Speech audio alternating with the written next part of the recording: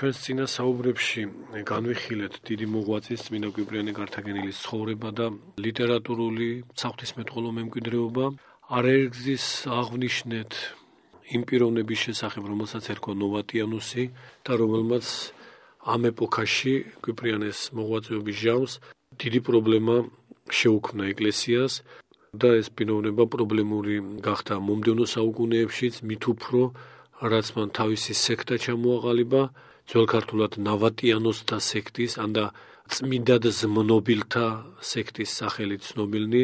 ეს წმიდად ზმნობილნი ამ შემთხვევაში ქართულად არსებული ტერმინია, რაც გულისხმობს ბერძნულ ადეკვატად ტერმინს კათარები, კათარების სექტის აღნიშნულია ქართულად წმიდად ზმნობილნი. სინამდვილეში უნდა ყოფილიყო პირდაპირ თარგმანით განწმენდილნი.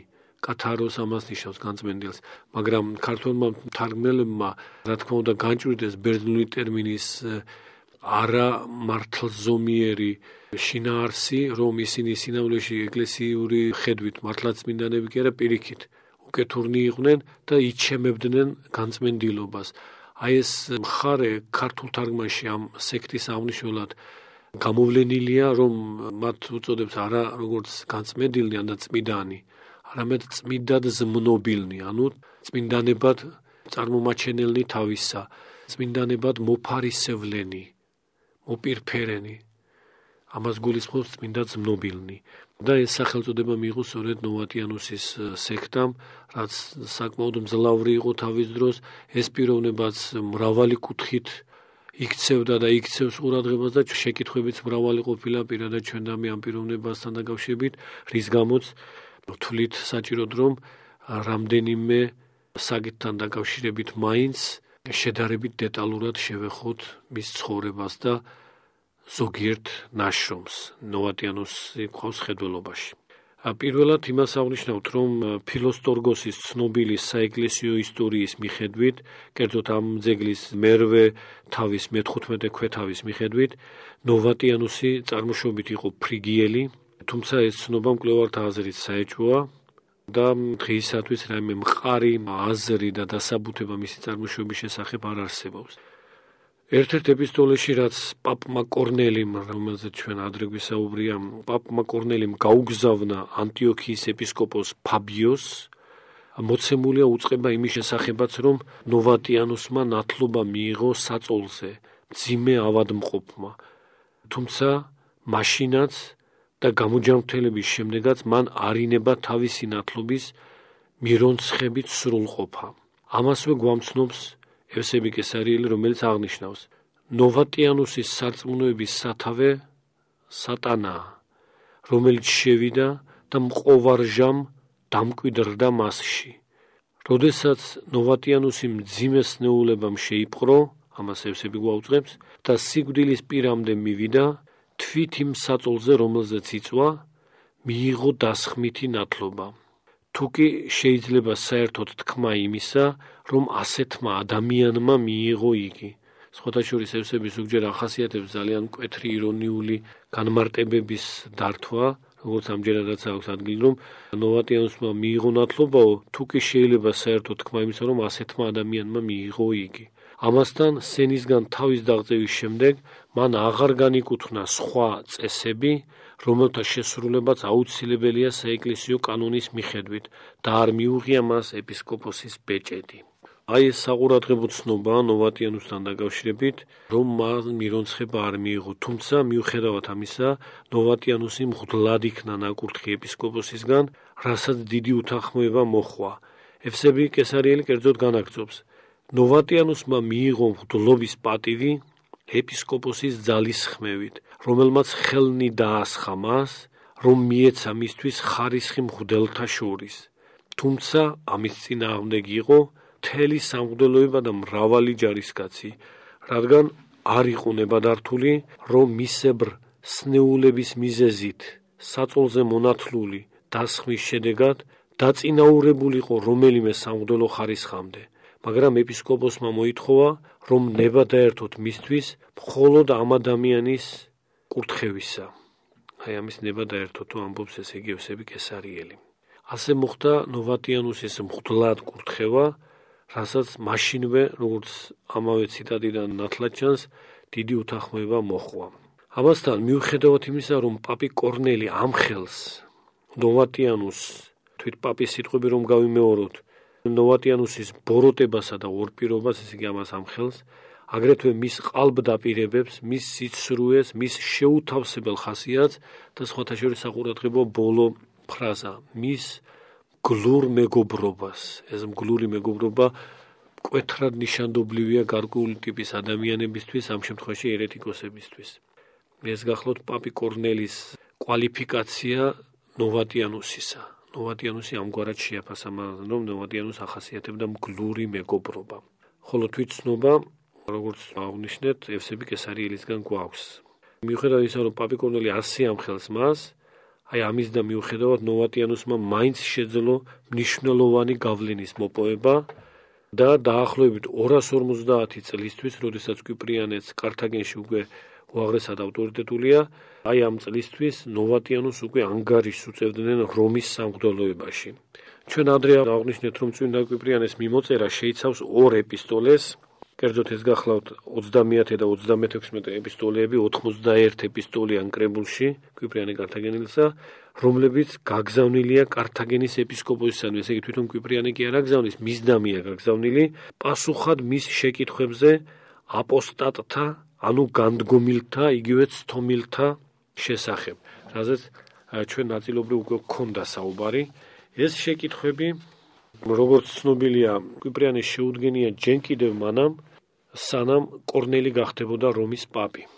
ესე იგი, კვიპრიანემ გააგზავნა შეკითხვები, როგორც აქედან ირკვევა და მას ამ შეკითხვების პასუხად მიუღია 2 ეპისტოლე, 30 და 36. შეკითხვათა ეს საპასუხო 2 ეპისტოლე კვიპრიანესადმი გამოგზავნილია ასეთი რაღაც ზოგადი ავტორობით, რომში მკვიდრი მღვდლებისა და დიაკონების სახელით, აი ასეა გამოგზავნილი, მაგრამ როგორც კარგახანია გარკვეულია, ამ 2 ეპისტოლის ნამდვილი ავტორი არის სწორედ ნოვატიანუსი. ამას ერთი მხრივ ადასტურებს თვით წმინდა კვიპრიანე თავის 45 ეპისტოლეში და მეორე მხრივ წერილების სტილი და შინაარსი. კერძოდ 30 ეპისტოლე ამტკიცებს, რომ რომის ეკლესია მთლიანად იზიარებს კართაგენის ეპისკოპოსის აზრს საეკლესიო განაწესის უფლებამოსილების შესახებ იმათ მიმართ, რომლებიც დევნულობის ჟამს ეკლესიას განუდგნენ. წერილში თუმცა არ არის მოცემული საბოლოო განაჩენი აღძრულ საკითხთან დაკავშირებით, რადგან ამ დროისათვის ახალი პაპი ჯერაც არ იყო არჩეული, ხოლო მის გარეშე რომის ეკლესია გადაწყვეტილებას ვერ მიიღებდა. თუმცა წერილი მაინც იძლევა ნებართვას, რომ შენდობა მიეცეს განდგომილს, თუ ამ უკანასკნელს გარდაუვალი სიკვდილი ელის. და ძეგლში ჩვენ კერძოდ ვკითხულობთ შემდეგს.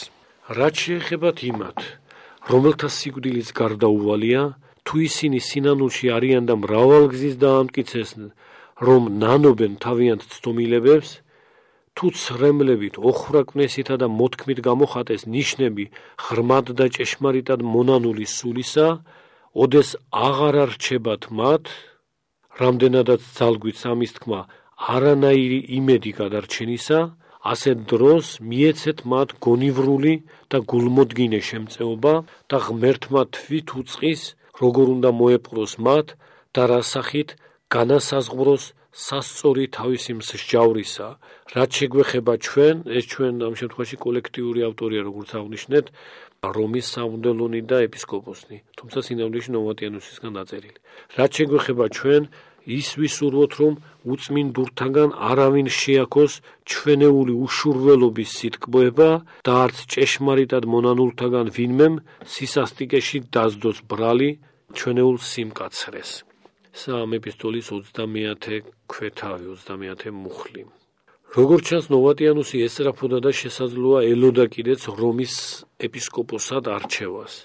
და ამიტომ, როდესაც 251 წელს რომის პაპად აღსაღდრებული იქნა ჩვენს მიერ ზემოხსენებული კორნელი, რომელიც დაეთანხმა განდგომილთა შემორიგებას დედა ეკლესიასთან, ნოვატიანუსმა მთლიანად შეიცვალა პოზიცია.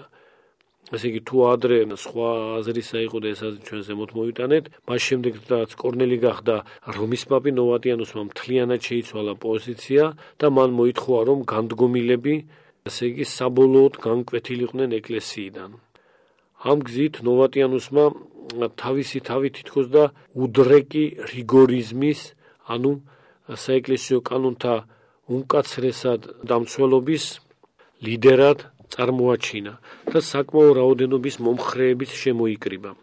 მან მოიძია 3 ეპისკოპოსი იტალიის პატარა და უმნიშვნელო მონაკვეთში და როდესაც რომში ჩავიდნენ ეს ადამიანები, მეტად მარტივნი მზაკვართა უკეთურებებისა და ხრიკების წინაშე და მზაკვრებში ამ შემთხვევაში ვგულისხმობთ ნოვატიანუსს, ვიღაც პირებმა, კერძოდ ნოვატიანუს მიმსგავსებულებმა დააკავეს ისინი და 10 საათზე ამ ეპისკოპოსებს მთვრალებსა და სასმელით დამძიმებულებს მან დაავალა იძულებით, რომ ეპისკოპოსობა მიეცათ მისთვის, ასე იგი ამ ნოვატიანუსისთვის, ნაყალბევი და ფუჭი ხელდასხმით. ეს ეპისკოპოსობა მან მიისაკუთრა, როგორც ამის შესახებ ევსები გვაუწყებს ჩვენ, ეს ევსების სიტყვებია, მან მიისაკუთრა მზაკვრობითა და მოტყუებით, მაშინ როცა იგი, ესე იგი ეპისკოპოსობა მას არ ეკუთვნოდა. მე-6 წიგნში, კერძოდ ეს ევსები ეს არის საეკლესიო ისტორიისა, მე-6 წიგნში ეს 53 თავის მე-9 ქვეთავში.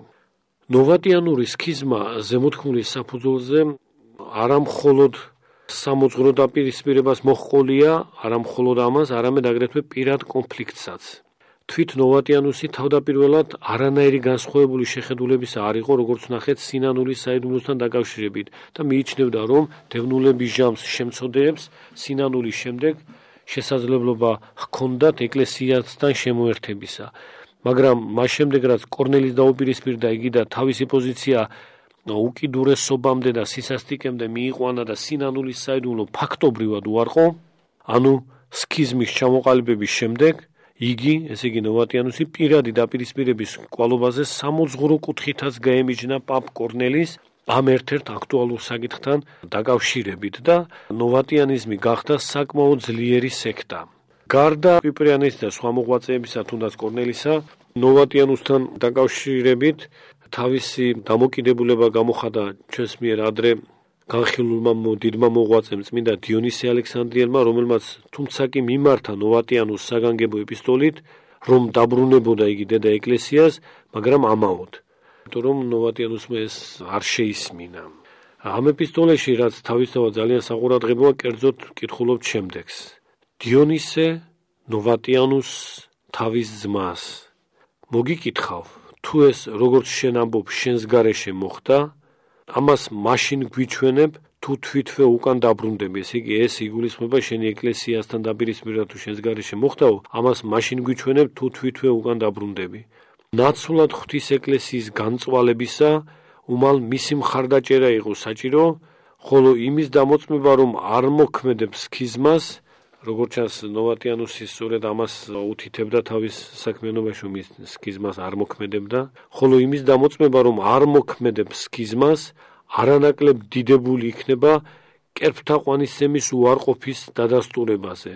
აი აქ კარგად ჩანს დიონისე ალექსანდრიელის ის განწყობა, რაზე ჩვენ ხშირად გვისაუბრია, რომ ეკლესიის მამათა უპირველესი მოღვაწეობითი ვალდებულება, ეკლესიური ერთიანობის შენარჩუნება და ამჯერადაც, როგორც ხედავთ, ეკლესიური ერთიანობის საწინააღმდეგო მოქმედება კერპთაყვანისცემაზე უარეს სიბილწეთ და ცდომილებად არის წარმოჩენილი.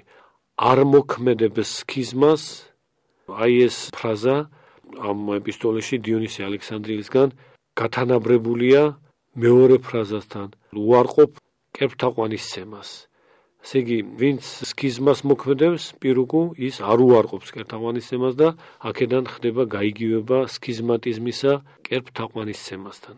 დიონისე განაგრძობს, ჩემი აზრით პირველი მათგანი, ესე იგი, სქიზმის თავიდან არიდება, სქიზმის არ მოქმედება, ასე ვთქვათ, პირველი მათგანი უფრო დიდებულიც კია, რადგან მეორე შემთხვევაში, ესე იგი, კერპთაყვანისცემის უარყოფაში, დამოწმება მოიტანება მხოლოდ საკუთარი სულის გამო, მაშინ როცა პირველ შემთხვევაში ეს დამოწმება მთელი ეკლესიის გამო, ანუ სხვაგვარად ვთქვათ, კერპთაყვანისცემის უარყოფისას ადამიანი პიროვნულად გადაერჩენს თავის სულს, მაგრამ სქიზმის უარყოფისას ხდება მთელი საეკლესიო კრებულის გადარჩენა. აი ამგვარად წარმოაჩენს დიონისე ალექსანდრიელი ნოვატიანუსის წინაშე სქიზმის საშიშროებას და უბედურებას და შემდეგ განაგრძობს და მაინც თუ შენ შეძლებ რომ ან დარწმუნების გზით ან იძულებით კვლავ თანხმობაში დააბრუნო ძმები ამგვარი აღდგინება შენთვის უფრო დიდი იქნება ვიდრე შენი ცდომილება რადგან ეს უკანასკნელი უკვე ანგარიშში აღარ ჩაითვლება ის კი შექებული იქნება მაგრამ თუ მათი ურჩობა უძლურ ყოფს შენ ესე იგი შენი თანამოაზრეების ურჩობა თუ უძლურ ყოფს შენო მაშინ შენი საკუთარი სული მაინც გადაირჩინე და ჩვენც ლოცულობთ იმისთვის რომ კეთილად ვიდოდე და შეერთო უფლის მშვიდობას ეს ეპისტოლე დიონისე ალექსანდრიელისა ისე როგორც ბევრი რამ სხვა შემონახულია ჩვენამდე ევსები კესარიელისგან მისი საეკლესიო ისტორიის იმავე წიგნში მე-6 წიგნში 45 ქვეთავში მიუხედავად ამგვარი გაფრთხილებისა ნოვატიანუს თავისი ერეტიკული ქმედებისგან უკან არ დაუხევია ნოვატიანელთა სქიზმა განივრცო დასავლეთით ვიდრე ესპანეთამდე ხოლო აღმოსავლეთით სირიამდე ეს სექტა ესე იგი რამდენიმე საუკუნის მანძილზე ინარჩუნებდა არსებობას კერძოდ ევსები გვაუწყებს რომ აღმოსავლეთში ნოვატიანუსის მოწაფეები როგორც ჩვენ ნაწილობრივ უკვე აღვნიშნეთ თავის თავს განწმენდილებს, ანუ ბერძნულად კათარებს უწოდებდნენ. ძველ ქართულად კვლავ შეგახსენებთ კათარებს თარგმნიან როგორც წმიდად ზმნობილნი. ისინი განაგრძობს ევსები, აი ეს კათარები. ისინი განკვეთა რომის სინოდმა, რომელმაც თომილთა საკითხი განიხილა და ამგვარი დასკვნა გამოიტანა. ევსები სიტყვასიტყვით მათი განკვეთის შესახებ შემდეგს ამბობს. ნოვატიანუსთან დაკავშირებით ძალიან დიდი კრება გაიმართა რომში. იგი მოიცავდა 60 ეპისკოპოსს, კიდევ უფრო მეტ მღვდელსა და დიაკონს. დადგინდა ყველას მიერ შემდეგი გადაწყვეტილება. ნოვატი, ამ დადგინებაში სახელი ნოვატიანუსი ამ ფორმითაა მოცემული ნოვატი. ნოვატი აგრეთვე ისინი, რომლებიც ამბოხებაში იყვნენ ნოვატთან ერთად და რომლებმაც გადაწყვიტეს, რომ შეერთებოდნენ ამ კაცის ძმობის საწინააღმდეგო და ყოვლად არაადამიანურ თვალსაზრისს მიჩნეული იქნენ როგორც უცხონი ეკლესიისთვის. ხოლო რაც შეეხებათ იმ ძმებს, რომლებიც უბედურებაში ჩავარდნენ, ესე იგი რომლებმაც დევნილების ჟამს, იძულებით ან სხვა რამ გარეგანი მიზეზით უარყვეს სარწმუნოება და აღთქმა, ერთ-ერთ ახალ გამოვლენილ სასაფლაოზე მდიდრულად შემკული სამარის წარწერის ავტორებად მოგვევლინენ. კერძოდ ამ საფლავს ასე აწერია: ნოვატიანუს უნეტარეს მარტვილს გაუდენტიუს დიაკონი. ეს დიაკონი ერთ-ერთია იმ ძმათაგან, რომელიც ჩვენ ვახსენეთ და რომლებიც ნოვატიანუს უჭერდნენ მხარს. აქ მეორე მხარეც უნდა აღვნიშნოთ, რომ ის ადამიანები, რომლებმაც დევნილობის ჟამს, როგორც აღვნიშნეთ, იძულებით ან სხვა რამ გარეგანი მიზეზით უარყვეს სარწმუნოება და აღთქმა, ეკლესიისგან საბოლოო რჯულად დაუდგინდათ გარკვეული ეპიტიმიის შემდეგ შემოერთება წმინდა ბარძიმში. რაც შეეხება ხსენებულ წარწერას, ეს წარწერა ადასტურებს, რომ საფლავი, სადაც წარწერაა გაკეთებული, ეკუთვნის მარტვილ ნოვატიანუსს, რომლის სამარეთ შეუმკია გაუდენტიუს დიაკონს. და შეიძლება ვინმეს ეს ნოვატიანუსის ზემორე ერეტიკოს ნოვატიანუსად მიეჩნია, მაგრამ ამგვარ იდენტიფიკაციას აბრკოლებს ერთი გარემოება. წარწერის შემსრულებელი მას არ უწოდებს ეპისკოპოსს, რაც ნოვატიანელისგან მოულოდნელია. როგორც არ უნდა იყოს, ნოვატიანუსი თავის მიმდევრებში უაღრესად დაფასებული გახდათ.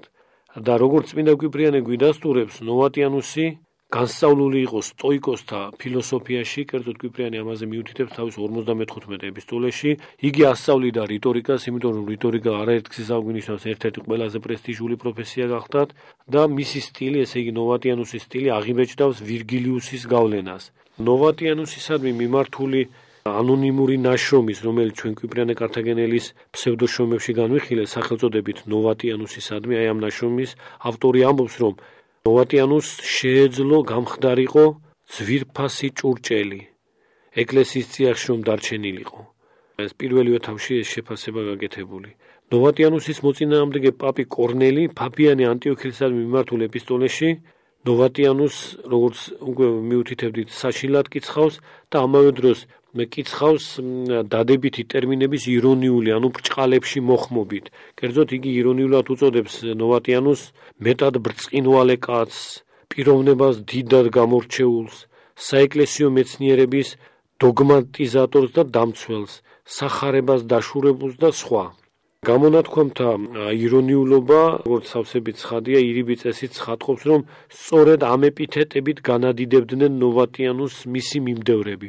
მიმდევრები პირდაპირ მნიშვნელობით და დასცინის რა ამ მიმდევრებსაც პაპი კორნელი იმავე მიმდევართაგანვე გამოყენებულ ფრაზებს მხოლოდ და ოდენ ირონიული შინაარსით განუკუთვნებს იმავე ნოვატიანუსს. სხვათა შორის ყურადღებას იქცევს კორნელის მიერ ნოვატიანუსისადმი თქმული სიტყვები სხვა ფილოსოფიის მოყვარული. ჩანს, რომ ნოვატიანუსი იყო გაქრისტიანებული სტოიკოსი ფილოსოფოსი და ამასვე ადასტურებს მისი შრომებიც, სადაც სტოიციზმის გავლენა აშკარაა. ამ შესავალი ნაწილის დასკვნისთვის შეგვიძლია ვთქვათ, რომ ნოვატიანუსი პირველი რომაელი ავტორია, რომელმაც თეოლოგიურ საკითხებზე ლათინურად დაწერა შრომები. ამასთან უკვე აღნიშნავდით, რომ იგი წერდა უაღრესად დახვეწილი ენით, მწიგნობრული, მაგრამ ყოველთვის გასაგები სტილით.